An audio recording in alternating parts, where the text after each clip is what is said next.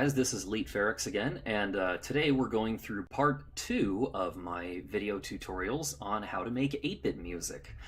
Today we're going to be talking about melody and the way we put our notes together to make actually the body of our song.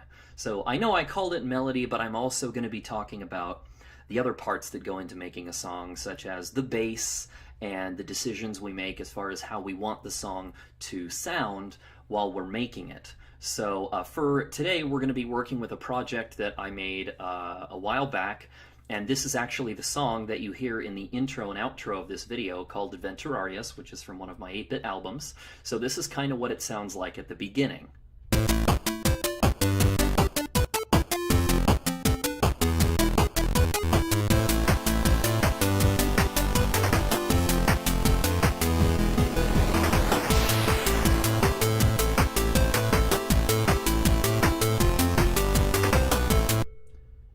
So the reason this is interesting is because just in the first 12 sections, the first 12 bars of this song, we actually see a lot of different techniques being done all at once here. So again, this video is going to focus primarily on the melody, so I'm not going to be talking as much about the percussion this time.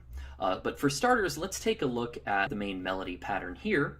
And I apologize, this video is in FL Studio 10 because that's the editor in which this project was originally made. And so I don't want to port it over to FL 12 because sometimes I wind up having errors with bridging going from one to the other. But anyway, this is still basically the same layout as FL Studio 12, except I'm using patterns here as opposed to the difference, the way it looks in FL 12. But the function is the same. So anyway, getting back to it. Here's our first pattern we're going to look at. So there are 3 different instruments that play in this pattern, as you can see. The first are these channels here that I call square blips, and those are just very short notes if you hear them played. If I go to, say, this one here.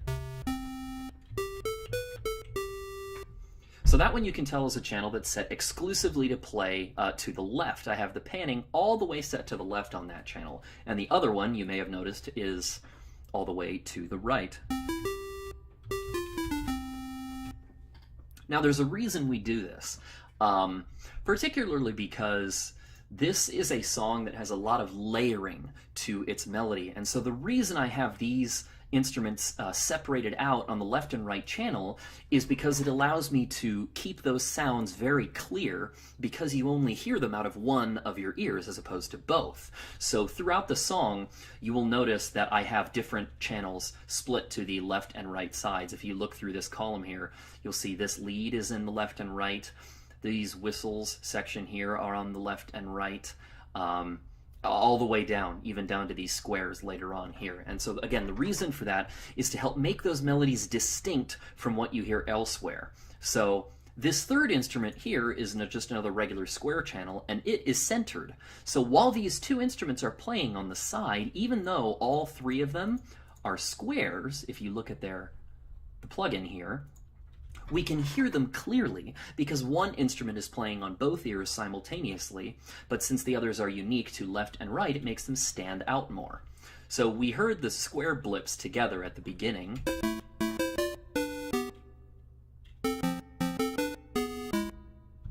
And those are actually a harmonized melody split by the 2 channels.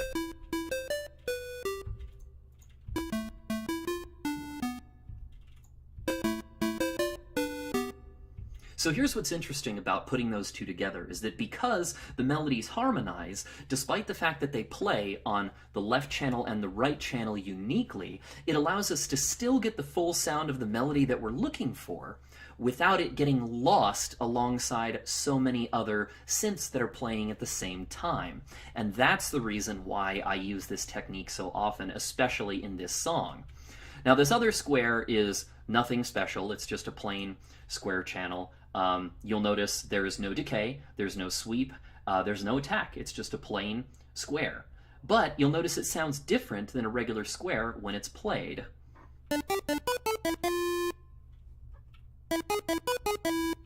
That actually has to do with the placement of the notes. So let's go into the actual piano roll and you'll see what it is that I did for this channel. So this is a technique that that I call stacking or double stacking. I'm sure there's a true musical name for what it's called, but I have actually no formal music training, so everything I do here is all just by ear and things I've learned over time. So you'll notice all I've done is, and I'll actually go ahead and delete these so you can see, is I laid out the original notes that I decided I wanted to use in the pattern here.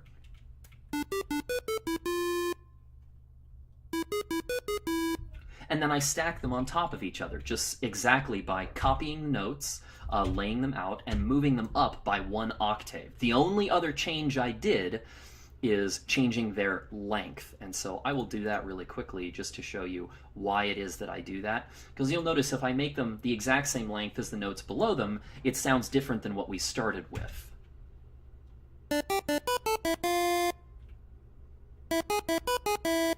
Whereas if we shorten these notes at the beginning, we instead get this kind of plinking effect that sounds much different than what we started with, kind of like a blink, blink, blink, blink, blink, blink, bling, which is actually a note style that's used very commonly in Kirby games. Also, I believe on the Super Nintendo, the same strategy is used. So anyway, if we shorten these notes down now back to the length that they were before I deleted them, you can hear the difference in how it sounds. And again, you'll hear that kind of plink plink sound as the notes play.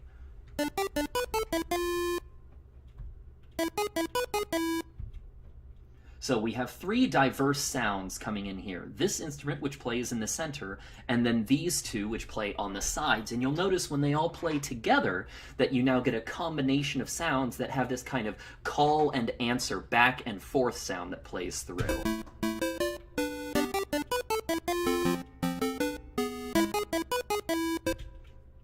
And so that's the reason why I separated them out like that. So the first thing I want to talk about as far as melody is this, using the 2 different channels left and right with harmonized notes to make them stand out alongside other instruments. The second thing I wanted to talk about was this, what I call the stacking. That's the first part. Is the 2 of those there. But let's get into some other things here as well. So I'm going to bring these back in. So we're going to talk about another part of this opening melody that you hear, and next, that is the bass.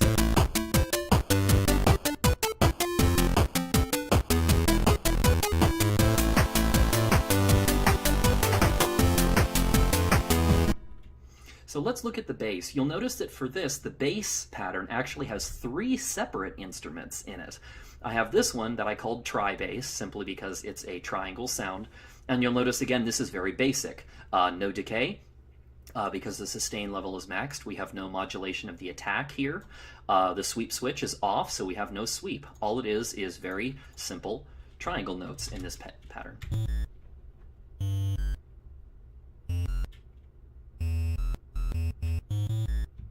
And then this second one, you'll notice, although I called it tri-bass number 2, is actually a 12.5. So in the first video, I talked about how the 12.5 channel is actually a fairly diverse sound and can be used in a lot of ways, and this is an example of when I used it as a bass sound, because you'll notice if I play just the triangle by itself that it sounds much different than if I add in the 12.5 alongside it. We've got just that plain kind of beep-boop, beep-boop. But then this very much changes the sound.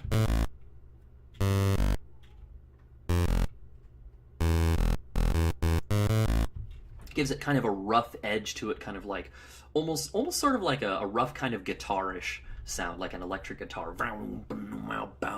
That kind of sound. And then the third instrument here, this is actually a plugin that I did not discuss in the other video, and this one I called it FamiTry, because this uses a different plugin called FamiSynth. And so FamiSynth, I will have a link in the description of the video so you can download FamiSynth and find it. This is another excellent tool for putting together 8-bit sounds, and I will probably make a separate video, a short one, that discusses all the things you can do with FamiSynth separately. But for now, I'm just going to talk kind of about the core mechanics, again, of the melody in 8-bit songs. So I've used FamiSynth here to create another bass sound. Because again, if you listen to the regular triangle bass, it actually sounds different than the FamiSynth bass.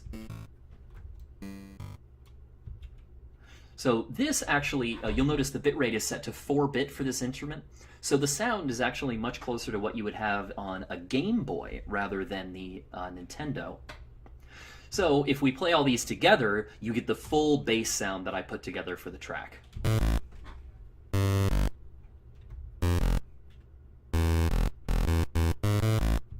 So that's the first part there. So the main thing to take away just from this section is that when we're trying to create bass sounds, it's important to try and use the 8-bit synths together to achieve the overall sound of the bass that we're looking for. Because if you, again, you notice the difference when I played simply the triangle, and if I mix the triangle along with the 12.5.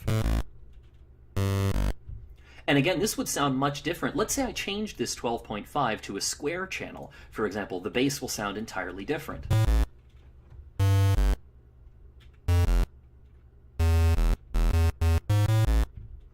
All right, and again, it'll sound even different if I change the level at which, if I change the octave for the square notes.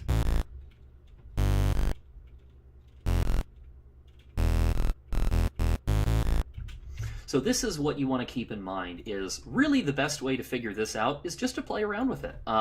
Try using the different instruments together and find a style of bass that you like. And it doesn't have to be the same sound that you use across every single song that you make, but rather find whatever you think fits the sound of that particular track best. Because although this is a bass sound I chose to use for this song, it is definitely not one that I would use in every song that I've made. So there is our bass. Now the other thing I want to talk about is how the bass progresses. The notes that we use for our bass line melody change as the song goes on. Okay, so let's try this again. So this should be just the percussion and the bass here at the beginning.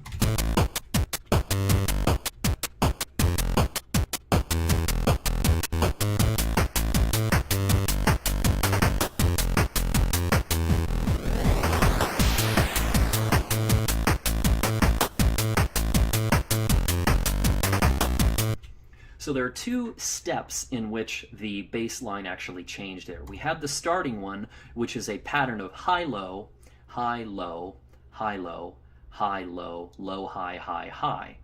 At this one, we followed that same basic pattern, but you can see all I did is add in an answer to that initial high-low to help get the bass line flowing and get the feeling that the song is picking up and getting started. One of the complications of making 8-bit music, and really any instrumental music in general, is that because there are no lyrics to pick things up or to focus your listener's attention, all of the emphasis in your music has to be on those instruments, and you need those instruments to do everything. They have to get the attention, keep the attention, and keep things changing as you move on to avoid the song from sounding boring as you progress. That's one of the complaints that a lot of people have about trance music that I disagree with, and that they say that trance music is boring sometimes because there's no change, but there is. The difference is the changes in trance music are very subtle, and that's what we have here too. We have a subtle change in the melody that picks up as we move on. And you'll notice from this pattern here to the pattern that follows, there is really only one change, and that is that while here we start off with high-low on all of these, in this one we then switch into low-high. The reason I switched the bass notes here from high-low to low-high is because all at once, when the kick hits and the bass note plays, if it were high instead of low, and the lead square synth here all plays at the same time, all the notes together play so loudly that it seemed overwhelming to the ear. So just that simple switch helped not only change the pattern just slightly, but also helps to clarify the other notes. And so that's the reason I made that change. So again, we have a small amount of progression in the bass line from the very beginning to the second section of the beginning into the actual bass of the song. And you will hear that we have one more change in the bass pattern, and that is in really kind of the chorus of the song here. And that is when the bass notes go from this slower kind of off, how would you call it? Again, I'm sorry, my lack of formal music, two beats, I guess, 2 notes per beat to a faster pattern. So you'll hear again what I'm talking about if we go here. So I'm going to remove these squares again, and you'll hear just the bass.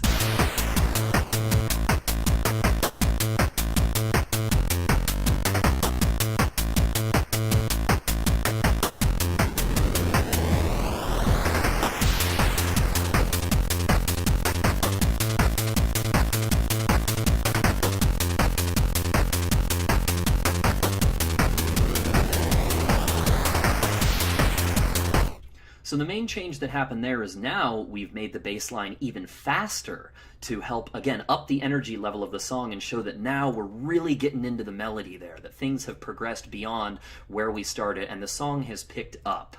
And that is really the other change that is, you'll notice, because the second section here, the bass continues that pattern that you saw in the last one, the low, high, low, high, low, high, high, low, high, all the way through this section here, which is kind of the beginning of the chorus, or the bridge, if you want to call it that, and then the choral part, the ending, before the melody loops back around.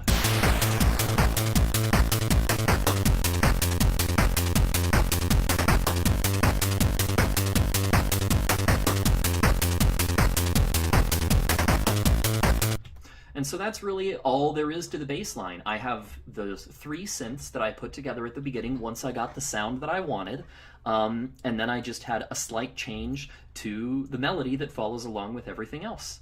And that's really it for the bass line. So moving into another part here, I'll go back to the melody, and I want to show you another strategy that I used particularly in this section of the song here that you may have heard initially. And this is the use of multiple synth channels to create extra effects such as delay and reverb. And this is something I talked about briefly at the end of the first video, and now I will go into more detail here. So if we listen to this pattern, you can hear kind of what I'm talking about. First, I'll play just the basic square, and I'll remove these left and right blips, as I called them, and I'll show you what I'm talking about. So here is just the basic itself.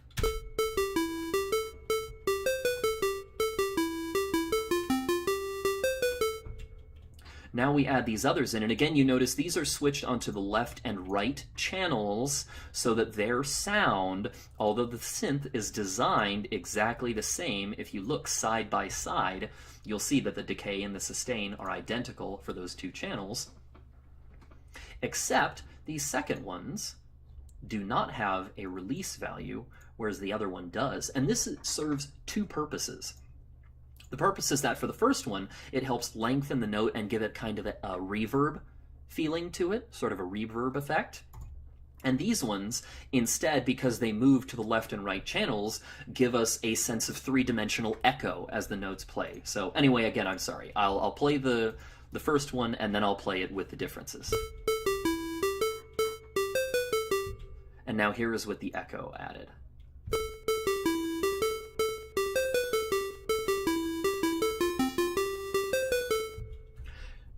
So you notice now there's that echoey sound that kind of fills the rest of the sound spectrum that you hear while the song is playing, that really helps it stand out and brings the melody more to your attention.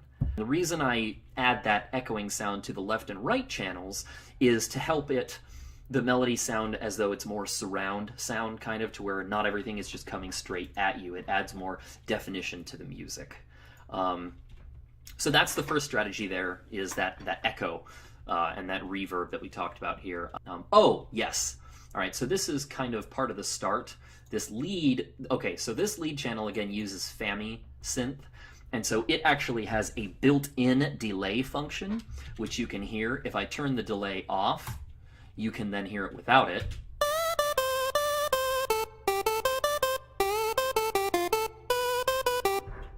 And then if we add in the delay, you'll hear it's very clear.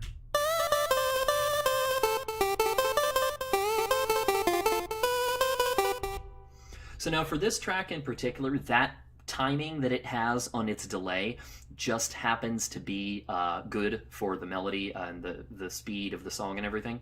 If it was not, then I would have a second channel in there and would have made a different delay effect myself. But since this one just conveniently happened to work for what I needed, I went ahead and used that feature. You'll notice one of the other things that FamiSynth has is this section here. It does still have decay and sustain here in the green section, just like Magical 8-Bit does, but here this blue section adds in modulation, so I can make the note bend and give it that kind of kind of noise, which you'll hear. If I increase the depth of the modulation, you'll be able to hear it very clearly. So that's a little excessive, it sounds kind of funny, but if I turn it down, it gives it just that right amount of bend to help it stand out from the other notes that are very straight. There is no modulation to them.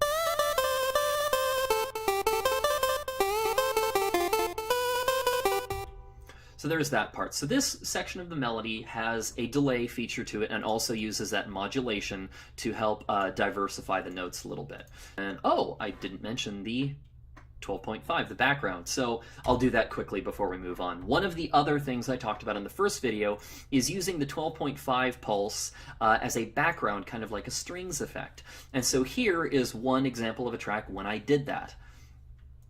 Starts off first here at the beginning to go along with the melody here. So I'll turn on just those channels so you can hear how I lined them up.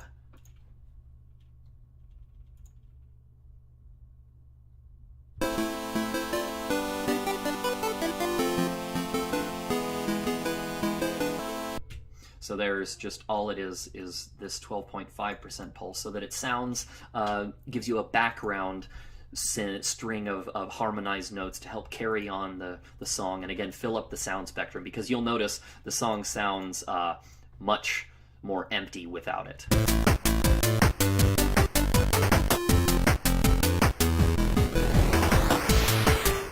Whereas these really fill the sound in.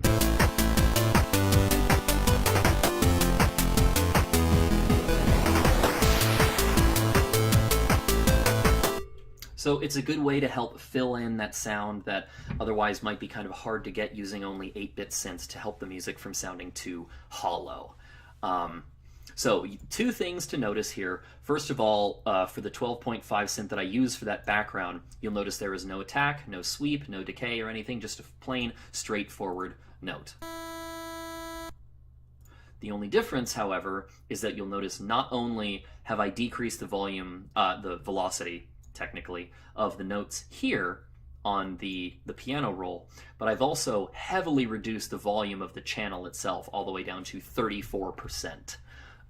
Because these 8-bit synths are very loud bass just from Magical 8-bit, and so when you turn them down like that, it helps them from being overpowering. But here, all I've done with the 12.5 sort of string effect is just, again, to fill in the melody here, which if I turn off the main melody, you'll hear as it just kind of parallels the bass.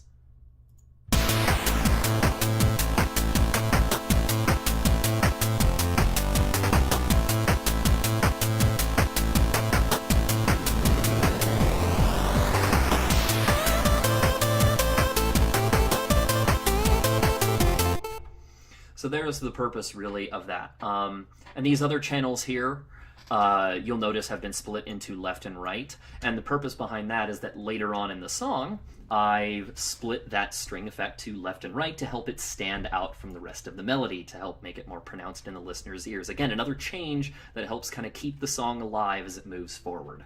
So let's move on to the second section kind of the song here. We've got that. We've got our start here, but right around this area and then eventually at section 33 here is when the song really starts to pick up. So let's go to this section here, in which you'll notice the first change in the melody, where we take our lead, we split it into left and right, and then we also have a 12.5 that comes in here centered in the middle channel, and you'll hear the effect as it comes in.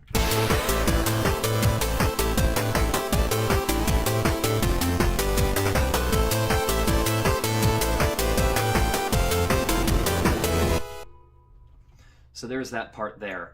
Here, these are just the same square pattern that we had earlier on.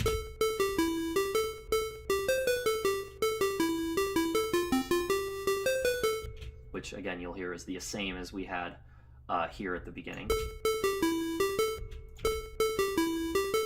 The only difference is the way that the pattern ends before it moves on, because we have a change in the bass, the section there, that requires these notes to change to avoid dissonance.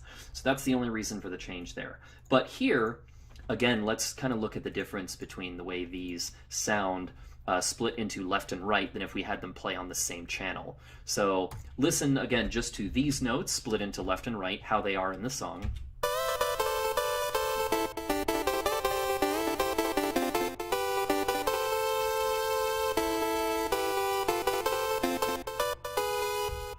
Now you notice that has a very striking sound that brings your attention to the two different notes used in the harmony because it's split, whereas if we put them both in the center, you actually lose some of that depth, really, and it just doesn't sound the same.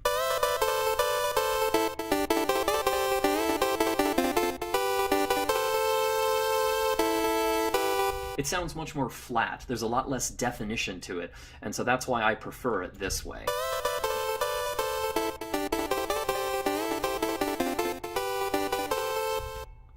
So there's that. Now, because both of those lead synths are rather loud, again, they're all the way up here at 84% volume, I have this other answering section come in a 12.5 lead of sorts. It's not a true 12.5 because the waveform is different. It's a different kind of synth. But I have it come in at a lower volume to help fill in some of the gap there.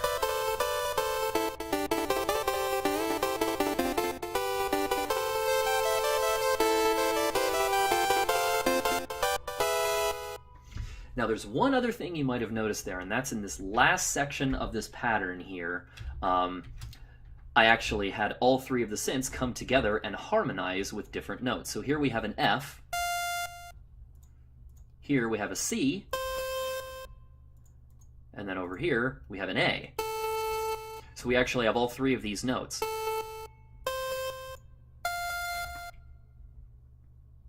So we get that third layer of the harmony that comes in. And so I did this to kind of create sort of a dynamic feel to it, where we have these two synths that start off on the left and the right, and then once they get to this section here in the progression, this other synth comes in and it kind of starts adding in, while these go from rapid up and down notes to these sort of calmer extended ones. Then this one comes in with the up and down, and at the end of the pattern, all three of them come together for this three-layer harmony quick note effect that rounds it all out. So again, I'll kind of just play the whole thing again from the start, and you can hear the transition.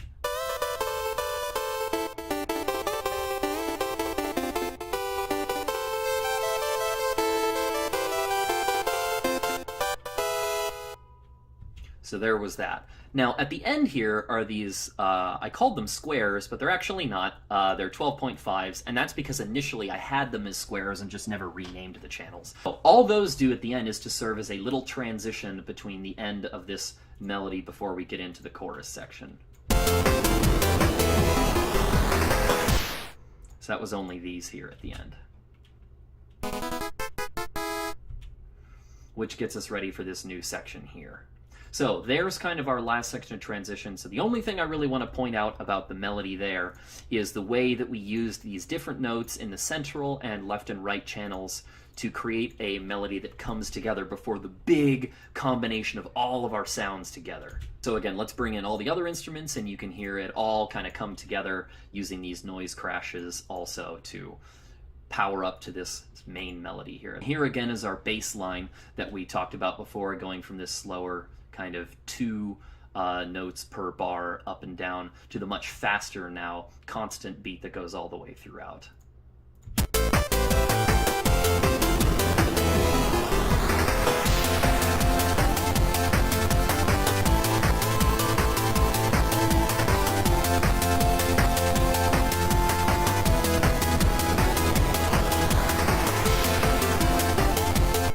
So now we've got this much bigger, much more powerful melody that we've brought in, that we've spent all this time building up to from the beginning of the song, starting off very slow,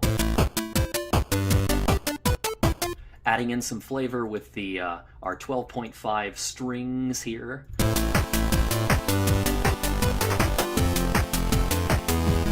bringing in our lead, our 12.5 lead up in here.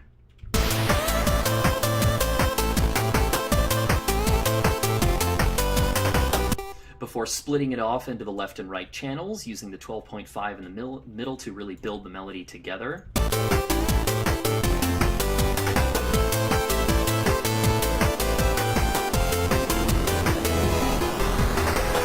And then the melody all builds up to that point and explodes into this new sound.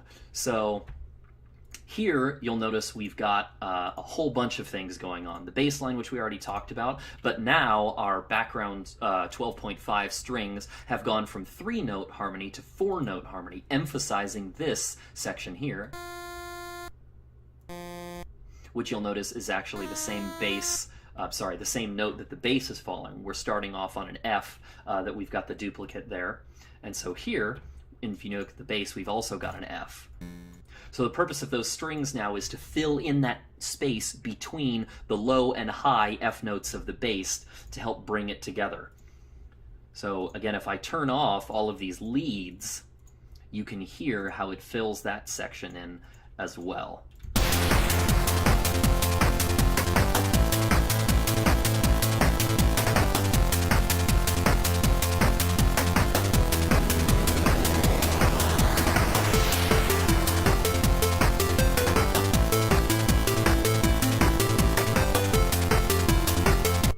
So that's really, again, the purpose. We've got our bass line that we expanded. We have the 12.5 strings to fill in that area between the low and high bass notes. Because again, just if you listen to it without that middle section there, you'll notice it just sounds much more empty.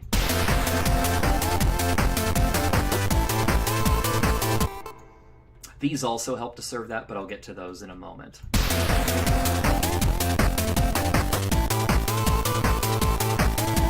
And you'll notice if we bring our strings back in there, it already makes such a big difference.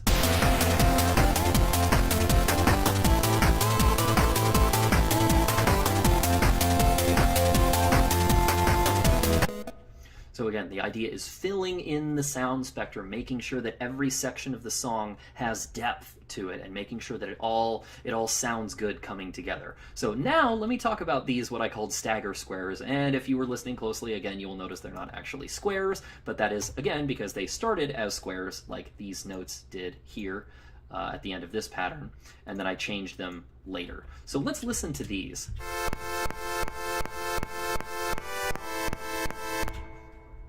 So there, what I did is create kind of a side chain effect. So even without the strings and without the main melody, we can still hear the difference that these side chain notes have as they come in.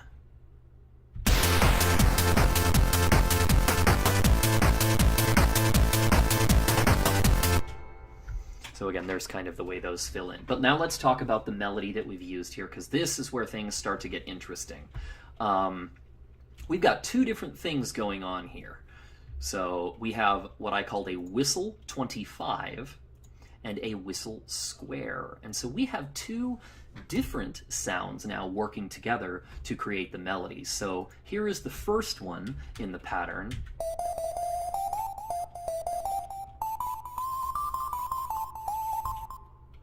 And then here is the other one.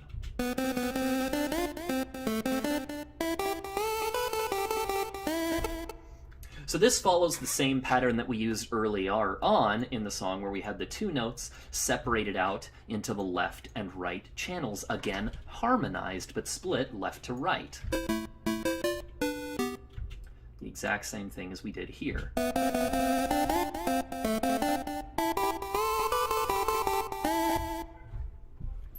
Now the reason for the change here was that because we've already heard lots of 25% pulses here and as the lead here, at this point I thought we should do something different, which is why I brought this in, and I decided to use a softened square waveform here. It's actually a sine wave here, you'll notice if you look.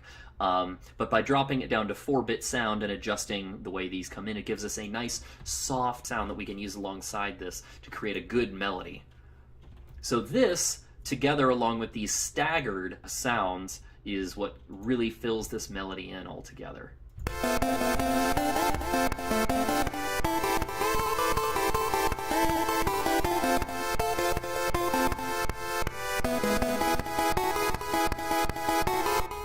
Now that empty section there is with where these come in. These are, again, left to right, but because of the way FamiSynth is set up, you can only control so much about the length of the notes. And so you'll notice the difference here is if we look at the green section here in the middle, the decay time is very short, so these notes drop off in their volume very quickly. Whereas these, I needed something a little different. So I separated those out into different channels so that we have this sound together.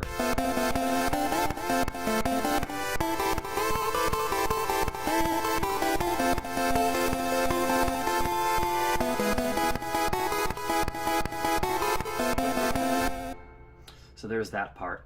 So again, putting everything else back together here, remember the same pattern I followed here is the same pattern I used in the melody earlier on, separating out into the left and right channels to help define the sound a little better. So we have these filling up the left and the right, and then we have the bass and the strings kind of in the center, in the middle channel panning, working together, and then these ones we actually have split up, filling up all three, the center, the right, and the left. And again, you'll notice these notes are harmonized.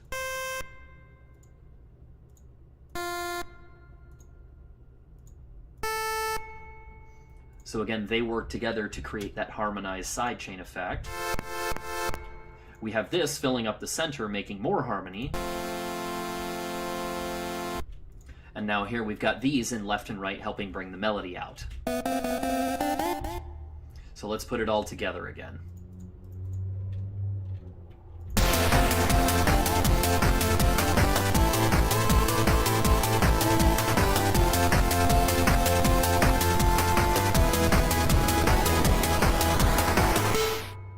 And all we did at the second part of this to help keep things changing a little bit so that the listener doesn't get bored is to add in these little square blips again. And we use the same echoey effect that we used before by having the left and right channels split up and a little bit delayed after the first one to again help fill in the sound a little bit more.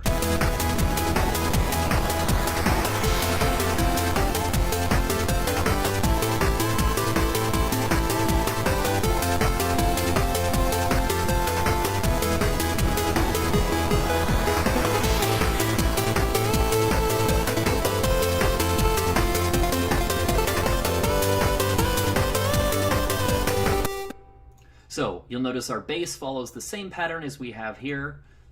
You'll actually notice the note pattern is identical. It follows the same pattern up and down. So we've got that there. All we've done is now just keep that all the way up to the end before we go to loop the track back together. But we did make a change here. You'll notice now our strings have been separated from the central channel to the left and right. So that actually makes them sound different and stands out more than they did before. So again, here is what they sound like in the center.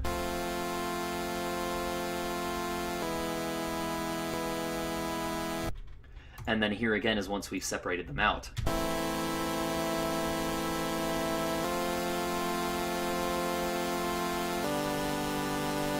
So again, just changing up the sound as we move through the track, changing things up to help keep our listener interested. But this pattern, this is kind of where the magic happens for this section, to really fill it all in. So starting here, we bring everything in.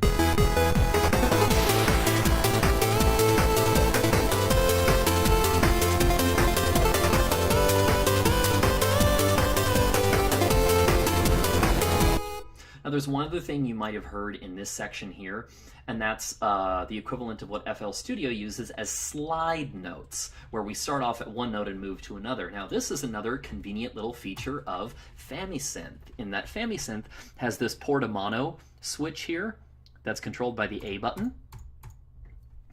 And so portamano is what makes the difference between it sounding like this and allowing us to slide those notes. That is just to add a little bit of diversity to the melody as it moves along and allows us to kind of change that up a little.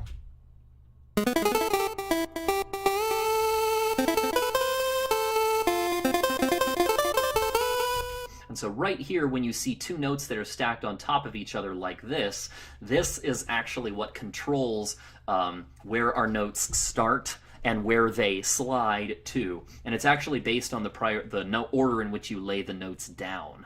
I'll experiment with that later, and I'll give a little bit more detail when I do the video about FamiSynth itself. But that's how we create this slide effect.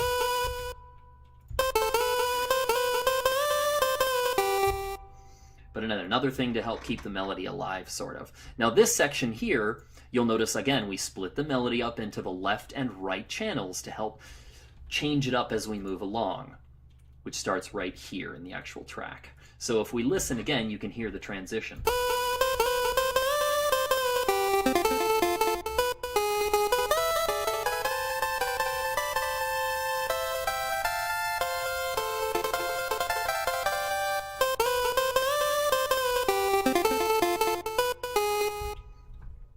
So again, it's just one little way to keep the melody moving and changing, again, to help keep the listener interested, because we don't have things like lyrics or stuff to draw their attention.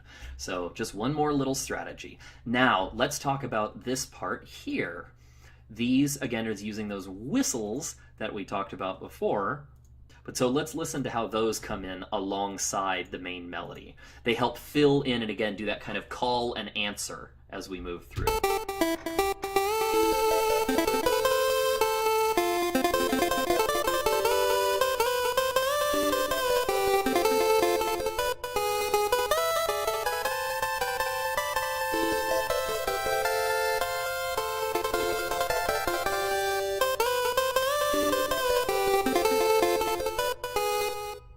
So it adds an extra layer of instruments there to help fill in our melody in this last section. And then just like here, we have this these 12.5 notes that come in here to fill in that last little bit of the melody.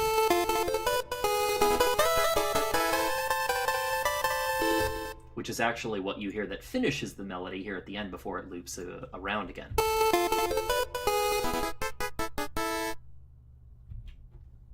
So again, putting all of that together, we get this nice full sound. We have the little square blips here to fill in that part. We have our strings. And of course, we have our bass.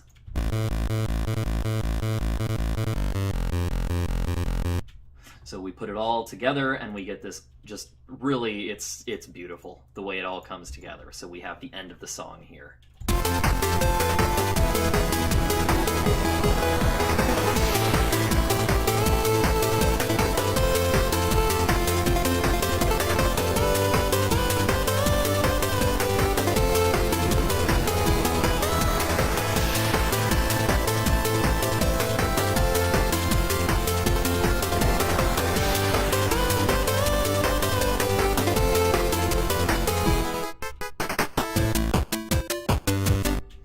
That's really the progression from beginning to end there. I'm going to be honest. I love this song. It's just, it's fantastic. But so then we just loop back around to the exact same way that we started.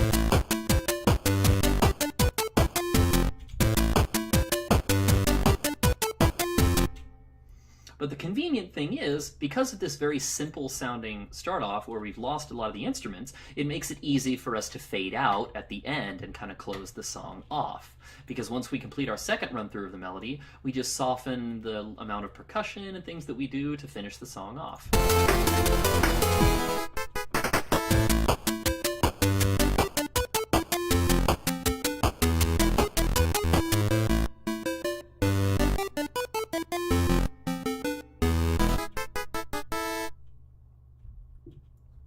And so that's really it.